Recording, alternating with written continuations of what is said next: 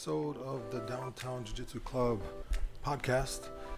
I am Adam Redzovic. I'm here with my friends Doug and George, and we're back. We're consistent with it. How was your guys' week? Anything new in your world? Oh, it was just a nice Labor Day. Just barbecuing, hanging out, enjoying the sun. Yeah, classic Labor Day, huh? Yeah, making Philly cheesesteaks in the backyard. You Oh, I saw, bro. Oh, Yeah. bad. Yeah. Schmacking. Yeah, it's interesting. That is officially when the swimming pools close, Labor Day, right? Mm-hmm. And then the indoor pools, they typically open. I was in Wisconsin this weekend, driving through to get to Minneapolis, and that's what I guess I'm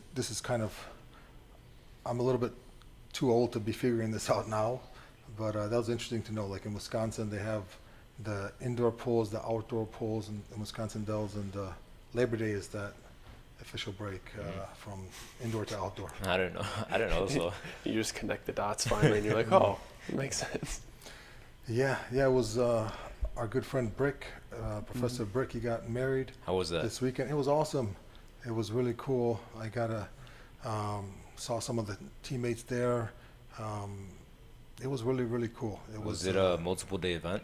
Yeah, it was a 3-day wedding. Nice. Yeah. It's because he's Indian, right? Like, Yeah, his I heard. wife is Indian, and they do weddings big time. Yeah. And yeah, it was fun. It was a beautiful, very classy reception, and yeah, I'm just very happy to be just to witness that. You know, classy and quality people. So yeah, we have some house notes. A few things that would benefit the community. Obviously, we're kind of still wrestling through this pandemic, no pun intended, and the schedule is slowly, growing as the financial situation here is stabilizing and people are more and more coming back. Naturally, the schedule will develop.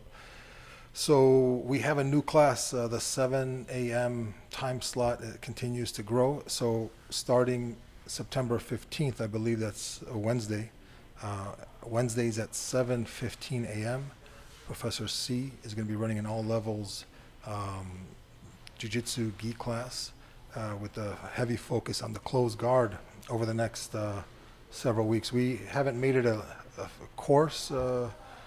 Typically when we do courses, we'll have multiple course options throughout the week to attend, but it's pretty much going to be similar to a course format. The closed guard is going to be the focus, but for how long, we're not sure yet, but definitely take advantage of those opportunities if you are an early bird, if you can be here at 7:15. And while we're on that topic, just as you all should know, if you're coming here regularly, make sure to always reserve your spots in class before you show up. And that's not enough. When you show up, make sure that you let the computer know that you're here so that that is reflected in your member profile. Any other house notes that we had discussed? Let me take a look and The see. tournament? Yeah, the spike ball tournament. What date exactly? Did we Yes. just agree on right now? The spike ball tournament we have here Friday, September 24th. It's roughly like 2 weeks. Mm-hmm. At 6:30 p.m. So that would be right. That's typically open mat time. Mm-hmm. That precedes the no-gi class Ebro teaches. So after class, there's going to be a little bit of time for sparring, open mat, and then right when the open mat typically starts to wind down, we should have a spike ball tournament at 6:30. So how do we know who is involved? Yeah, so to make it super clear, when we originally did the bandana drop, whoever bought a shirt on the first day was put into a pool based on what color that they bought. And then I matched up people that bought the same color, so you have like a jersey when you come. Like you match with the person. There's like 3 green teams, 3 black teams, 2 or 3 white teams, and 2 or 3 white and green teams. So make sure to wear the shirt that you bought. Definitely make sure to wear the shirt you bought. Yeah. So basically, if you bought a shirt, you're on a team. Yes. And The first day, if you bought it the first day. What if you bought multiple colors? Then I asked them which one they like better. Okay, Yeah. so they should know what team they're on then if they Yes, communicate. I'm within this week. I'll post the actual bracket, and I'll reach out to everybody just to make sure that they can come and just to clear that day. Okay, cool. Where can they see the bracket, on the social media? Or? Yeah, I'll post it over the course of the next few days. Awesome. So that is Friday. Mark your calendars if you're going to partake in that. And what else do we have? We finally completed the integration of the Designs for Sport supplement line onto our website, dtjjc.shop. And that is something I'm super excited about for myself and for the school. I legitimately believe this is one of the highest quality supplement lines you're going to find on the market, and there's a strong network, great company. They're affiliated with Designs for Health, which my good friend Chris Grayson, strength coach, has been recommending. I've been taking those for over probably 10 years, and I think you have to be a healthcare practitioner to be able to order those for yourself, or to have one order them for you. I've been getting more sponsors or more ads on my social media now because Designs for Health, Designs for Sport. Mm-hmm. It's been coming all over my social media Really? now. Yeah. I'm excited to start testing the stuff because I feel like that'll be fun. Just like we actually try it and then give feedback, like which ones we think are the best, which It'll ones. get huge. Yeah. Yeah. 2 pods from now. Yeah, I'm super excited that we set up. It's a drop shipping arrangement, so we personally are not going to be hanging on to any inventory here. That's going to just help make the process of getting those things delivered to your door much quicker, because here we're typically slow. We do things a little bit relaxed. So What supplements do you take on a daily, like no matter what, that you like live by? Like, see, right now, just the way life is unfolding for me, unfortunately, my own health needs have taken a back seat to other things in life. So my routine has changed, but that's one of the reasons why this adds like a level of excitement, because now the gym is complete, the supplements, everything's in order. We have more reason to clean up our diet and to just reinvest in ourselves more than ever. So I'm looking forward to just starting with the basics. Typically, having the vitamin D levels, that has to be in order. The omega, the krill oil and omega supplements. That's typically zinc, magnesium, vitamin D, krill oil. That's my base. That's pretty much. Did you ever take creatine? I took creatine briefly when I was in high school, because everybody was kind of that's I think when it became mainstream or popular, and there was one kid on the football team. I think he really. I remember he had to go to the hospital. I think he like overdosed or something, messed up his. I don't know if it was creatine, but that was in the discussion. People were saying, "Oh, what's the creatine?" was it during football? During football, yeah. Like during summer camp? It was in the summer, yeah. He was probably taking a loading creatine and then not hydrating enough. Maybe that's why, yeah. Because back then it was mostly loading creatines. Now it's just like 5-10 grams a day based on how big you are. It's just going to suck all that water out you if you're not getting enough water. And then boom. Yeah, I took it briefly, but not long enough to notice any benefits. I probably, back then, was probably the diet. Everything, the sleep patterns and diet was, back then you didn't think that was important. You think it's the creatine that's going to get me what I need, or it's going to. But I think these things, they have a place, but they'll never replace the basics of good sleep and clean eating. I just got Ebro and Brisa to get the Whoop strap and show them their sleep patterns and show them, like, Ebro has like 20 disturbances a night. Damn. Yeah, because he was watching anime right before bed, so he's getting all that blue light and then thinking he's going to sleep, but he's not. Oh, wow. And just like all the feedback it gives you, Like for me, if I eat past 8 p.m., not recover the next day. But if I stop eating, I'm above 90 every time. So like it gives you that feedback, like, hey, stop, like, because personally, like, you might be fine. You might be like, oh, I could eat at midnight. I wake up fully recovered. It's different for everybody. Yeah. Yeah. Breesa, right off the bat, like her recovery's been like super low.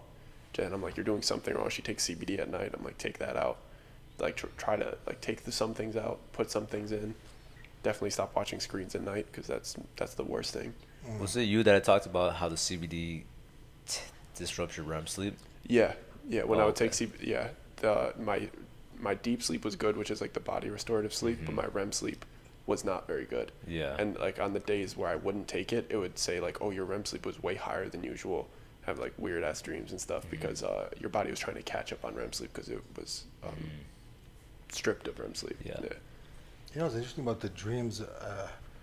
If I eat strawberries right before I go to bed, I'll have nightmares. What? Really? Yeah, that happened enough times to take note. You know? That's Yeah. interesting. Those damn strawberries. Yeah, it's interesting. But yeah, I think obviously now, yeah, we have a partnership with them, so we have some incentive, financial incentive. Obviously, we're working together on some level, but that's not going to be anything that's going to, change our lives. But I think it's just a solid partnership, and it just, at least for myself, just on a personal level, I feel like now it's time. I have to start cleaning it up and taking it serious. And Did you ever take any of those things that improve your cardio? Kind of like the Shroom Tech? I've taken cordyceps. I think that's in Shroom Tech. Yeah, like mushroom stuff. Yeah, I think the cordyceps. I think there was. If from my experience, if the sleep's in order and the diet is in order and the exercise is regular, then most of the gains are made there, and then these things are kind of like to kind of fine tune, to kind of peak a little bit. But if all the stuff is not in order, then this stuff is kind of sometimes a waste of money. 100%, 100% a waste of money. But yeah, I think cordyceps,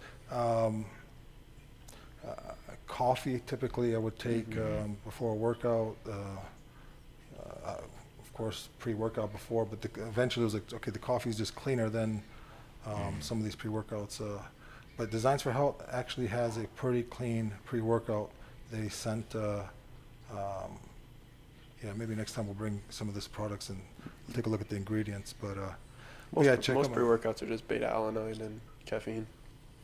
Yeah, some of them they put in meth and Yeah. that kind of stuff, right? Like the yellow number 60, whatever. There's these pre-workouts that they'll give it to you, they'll sell them, and then they get banned, they get taken off the market. Jack 3D. And then, no, that's a different story. That's like OG. But they get taken off the market, and then they come back on with like a little just name change. A little, same thing, everything looks the same, but the name, like, it could be like a 3 instead of an E. Yeah. Jack 3D is a whole nother story. What was that bro. one?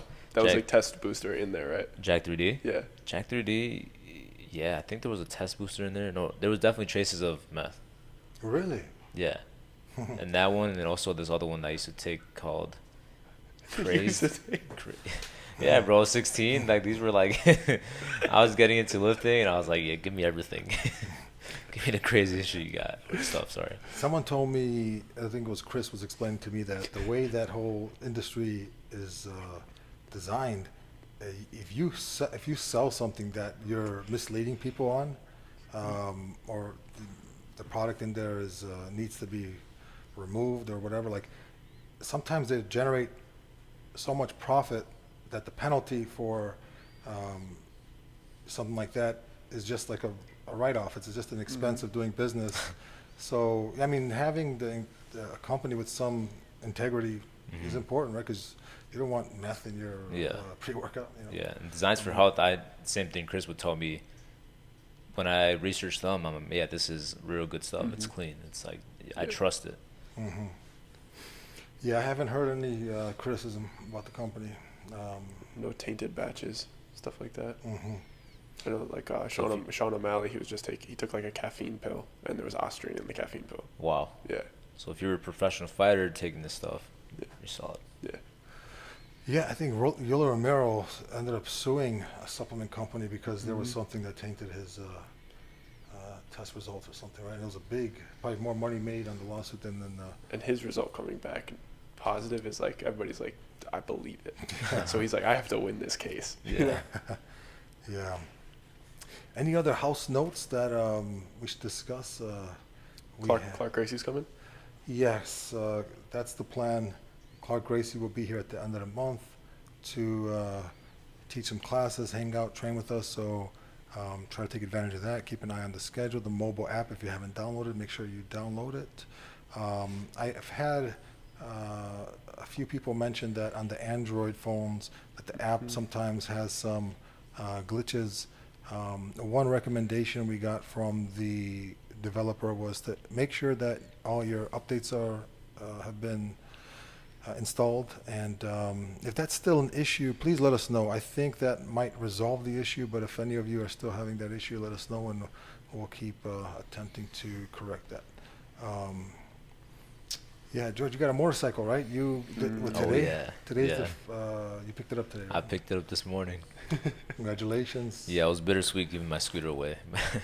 So you But started on the scooter. Started on the scooter. Mhm. It was same color scheme, red and black. So everybody's like, "Oh man, your Pokemon's evolving," and that's what it feels like. It's incredible. I love it. Yeah, hopefully you stay safe and avoid the idiots on the road, and hopefully don't realize that you're one of them. Yeah. Sometimes we are, right? Yeah, Especially with sometimes. those, you got some power and you can. Because I forget that I don't forget. I mean, like I know I'm a motorcycle, but I'm so used to like being on a bike. Where on a bike, I'm so agile, like in and out of cars, like through the bike. I'm not driving like crazy or anything, but I on a feel like motorcycle, I feel more flexible. Yeah. I feel like I'm able to. All right, I can make that corner. I can make this cut. I feel like it's better to drive a little bit offensively on a bike. Not defensively, like, worrying about everybody, kind of like, I see everybody. Yeah. And if something happens, I'm getting myself out of it. Now that I have that extra CC, that extra power, now I can just downshift real quick, and then get out of there. So. So many parallels to what we're doing on the mats too. Yeah. I remember the first time I started to ride, going on the highway for the first time, so stiff. Yeah. Yeah. And like to make it 2-3 exits was like an accomplishment. And then noticing like, because that's pretty much how I get downtown. I'll usually go Lakeshore Drive. And then that was like my metric, like, okay, I got past that exit. Now I'm ready to go the whole America, but I noticed being stiff, your grips get tired, you get nervous, like same thing on the mats. Where people who start wrestling for the first time, they're so stiff, they exhaust themselves, but now you relax. No, I was on there. I took it on Lakeshore. I was like, you know what, man? I'm going to get on. I'm like, I got enough CCs behind me. I got enough power now that I went like, the speed limit, and I was going. And then I was on the right lane the whole time, but put lie on the screen. Cap. Just let me put the cap on. But I was all the way on the right side, and I know, like, from being on the scooter before, I went on Lakeshore with it, and there's little bumps, and I hit a bump, and I, like, almost, like, I didn't fly off the scooter, but probably a few inches, I was like, oh, and I was like, oh, man, but I felt that stiffness, too. Like, why am I so stiff? So I relaxed, and then, like you said, making it past 2 to 3 exits, a kind of accomplishment. And I was like, I'm going to get off, and no, you know what? I'm good. I'm going to stay on. And I literally went all up and down the city today, right before work, yeah. Another parallel, like with those bumps, Lakeshore Drive has some nasty ones. Yeah. Like a punch, like the one you don't see is the one that's gonna hurt you, right? So knowing those bumps, and what I do now, knowing that they're there, it's kind of like a horse, like. Yeah. Like you brace for the impact, like you're like, all right, you're ready for it. You know how to go with the bike and everything. Yeah. But if you look away, and then you look a second later, and then next boom, oh shit. Yeah, it catches you off guard. Yeah. That's what happened to one of our buddies here downtown, not too long ago. Hit a pothole, and Thank God it turned out okay, but the one you don't see. Another parallel, I think, is what you were saying, Doug. Your offense is your defense. You know, like you don't. No one wants to get hit, but sometimes being so passive and like, hey, are you going to go? And the timing gets thrown off, and you guys end up in greater. It's the nervous grandmother driving is much more dangerous than the reckless teenager. Yeah. Yeah. Yeah, because she's gonna be. I swear. Her movements are gonna be different than like a. You ever get to what's a four-way intersection, and they clearly got there first, but they're so nervous that they're like, you go and you're like, that's not how flow of traffic works. And then this person's trying to take a left turn. They're like, I don't even know what the right of way is because they're so nervous, and then they start causing accidents. They don't know when to go. Yeah. Yeah, the offense can be our defense. Opposed to the reckless teenager that's like, I see a gap right here. I know I can make it. I'm just going to punch it through there. I'm not going to hit anybody because I know I can get through it. Yeah. They might get scared. They might be like, oh, you're driving like.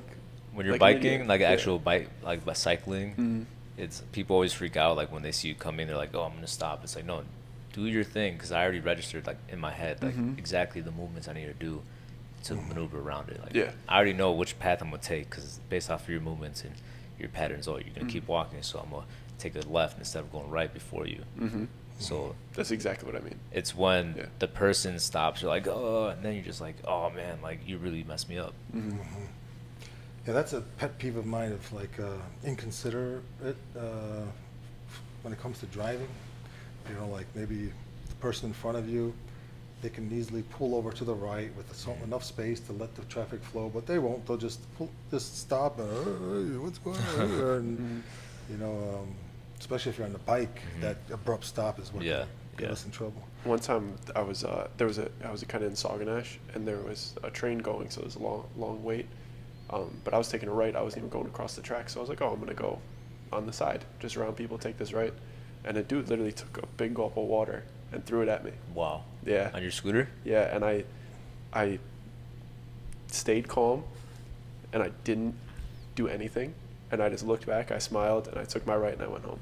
Man, I got the biking gloves now. Man, that's some discipline. Because if it was soda, I would have been like pissed, but it was water. You were driving, and you were behind him? Yeah, there was like a long wait. So I hit the little edge. You know, there's like 2 feet of room, 2 or 3 feet of room, and I rode it and took a right. Yeah. And he just. Wow, so he was pissed because you actually just cut him off? And I was probably a big smile on my face, like summer scooting, and I looked back, he seemed like a construction worker or some type like that, just got off a long job. He's like, I don't understand the people that get mad at you or frustrated because you took the bike lane or you maneuvered out. I'm like, bro, if you run a bike, you'd be doing the same thing. Exactly. Like, you really think I'm going to wait here when I can literally just go on the bike lane and go to the front? Yeah. Yeah, and we have some leeway too, right? Like there's I think 8 feet of concrete or something like that. Yeah. Don't take my word for it, but yeah, these people are just frustrated, man. They're frustrated, and yeah, that's a scumbag move. I'm gonna get the GoPro. Tough. It's tough to not like. You gotta practice what you preach, though. Like, I was like, oh, I'll let it slide. What I'm gonna do, like. It was for sure purposely. 100%. Yeah. 100%. Well, they're like laughing. I was like, wow. I was like, you don't know. Just because yeah, maybe riding a scooter, but you don't know. Yeah, I mean, like I just got done golfing too, so I was like in a polo, like riding my cream scooter with a white helmet on. I could see it. You know what I'm saying? Like I was having a good time. Like this preppy kid looks. I'm gonna get this kid. Yeah. Yeah, it's that's what we gotta navigate through on this life, right? We got a lot of frustrated people out there. I was saying I'm gonna get the GoPro mount for the helmet, so I could put it in the front. So if anything happens, I'm gonna be recording, doing like vlogs and stuff. So if anything happens, like this is the footage. Man, bikers are aggressive. I mean, cyclists. Yeah, right? Like cyclists they are will. aggressive. If you get in their lane, they will fight you. Yeah, they will. Let you know about it, right? There's a dude in those gloves that you got. Man, I'm jealous of those. Yeah, and I got the gloves with the the hard knuckle ones. So I was saying, I'm like, if somebody threw something at me, like, you really want to try that? they roll up the window fast. You punch through the window. I'm gonna have to really practice my patience. Yeah, but it's worth it. It's worth it because that dude probably unhappy today. Yeah. And I'm like, hey, I didn't let you rile me up. That is like very admirable. I think that is the goal.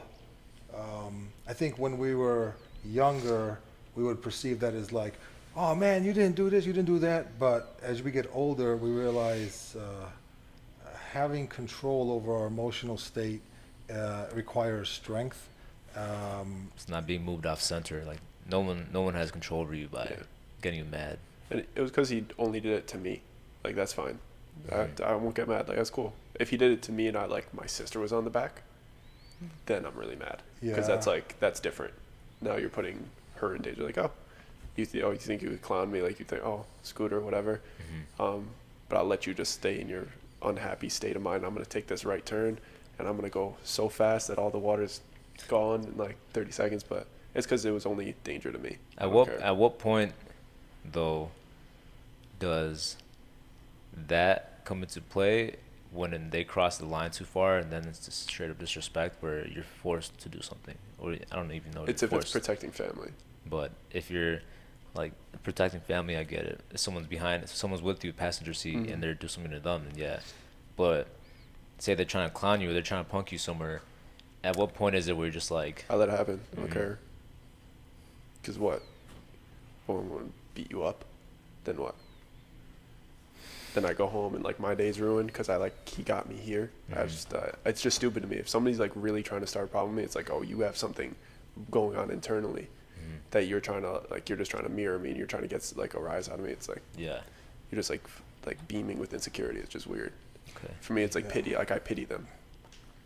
Yeah, I mean, on some level, that's what it is, right? A lot of times, if we haven't dealt with our insecurities, they start manifesting themselves in like acts of aggression, or we try to put other people down to make ourselves feel better. So it's sad. It's but sometimes those people need to be taught a lesson, and but at the same time, if you feel that you're the one to give those lessons out, you want to become the punisher, then be ready to wrestle with some pigs, you know what I mean? And you're going to have to get dirty, and dirty can mean lawsuits.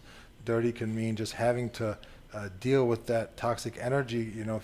People don't see what goes behind the scenes after the fight, when you have to go to court for a year or longer, and you have to pay lawyers, and you have to explain yourself, and now you're just losing your mental health to deal with those scenarios.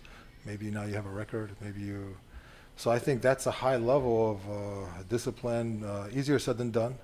I think the line is like, you are sacred as a soul, and so is he, so is she. Like, as human beings, we are sacred. We have a soul. We're living, just like an animal. We have we're living creatures. So if someone does cross that line of like, I am going to hurt you, I think we have an innate right to defend that sacred soul, but we also can't go beyond. Like, if someone steps on my toes and then I cut his head off, like, all right, there was a disproportionate amount of force there. So now I am the oppressor, right? But if someone pushes me, I have the right to push back, and someone punches me, I have the right to punch back, and hopefully we have enough discipline to not escalate it past that. But we both have the devil in our ear, and he's trying to get us in trouble. And sometimes those things that don't seem like they're, the level of violence can be. Basically, the level of violence escalates very quick, and when our mind gets filled with anger, our judgment is different. We're impulsive, and we're not thinking clear. So that's why so many fighters lose. When they lose their cool, they just get buck wild, and then somebody takes advantage of it. I think there's something to be said about just like the game of words too. Like, I feel like it's so easy to get out of altercations. You just either you're nice, and then if you can, like, you're nice and they just continue to do it, then you just set the boundary of like, I have one line that I love. My friend Jimmy Von Betting, I heard him say it once, and it made me laugh so hard because the dude's face was like, it was game changer. dude's trying to fight him. He's like, hey, like, I have no interest in fighting. Like, leave me alone. He's like, I just need you to know, just make it clear, I'm not even a little bit afraid of you. So it's like leaving that bound. You know, I'd like that one, because it's like, I have no interest in this. Go away. But I'm not scared. Yeah, verbal jiu-jitsu, right? Like, Yeah. that's a thing, right? Like, some people, they can play guard, but they don't got no takedowns. Mm-hmm. Some guys got takedowns, they don't have a guard. Some guys got the whole ground game figured out, but they can't talk. You know what I mean? And some guys can talk so well, they never have to get into a fight. Yeah, Right? So yeah. I think that's all encompassing and admirable to, you know, pick up a few details, because sometimes when you're in that situation, your emotional state is influencing your behavior, and just, you know, maybe having a few key words like that can come in handy. But I was watching Ferris Bueller last night. You know the movie, right? classic. Yeah, I was watching it last night, and I noticed, like, man, this dude's he's really charismatic. You know, like in the movie, his character, right? He gets he gets people to do things for him, and he gets himself in situations, and he gets himself out of situations, all through just his wits. Mm-hmm. Yeah, but you know what? Sometimes there's some. It definitely, that's a skill, right? Like the verbal jiu-jitsu, but some people are so toxic. They have the same ability to like try and manipulate others and That's control when, others. You know, that's when you're where- just like, you gotta be aware. You're like, oh, now this dude's trying to, yeah, this person's trying to make me feel some type of way that I don't want to feel. But the choice of words that they use. Yeah, and all this stuff that I'm talking like I'm preaching. I am not a master of these. I acknowledge them. I'm aware of them based off of my life experiences, but I'm still working on them. I think we're all probably a work in progress. But yeah, is there anything else? I know we're probably approaching close to the class time here shortly.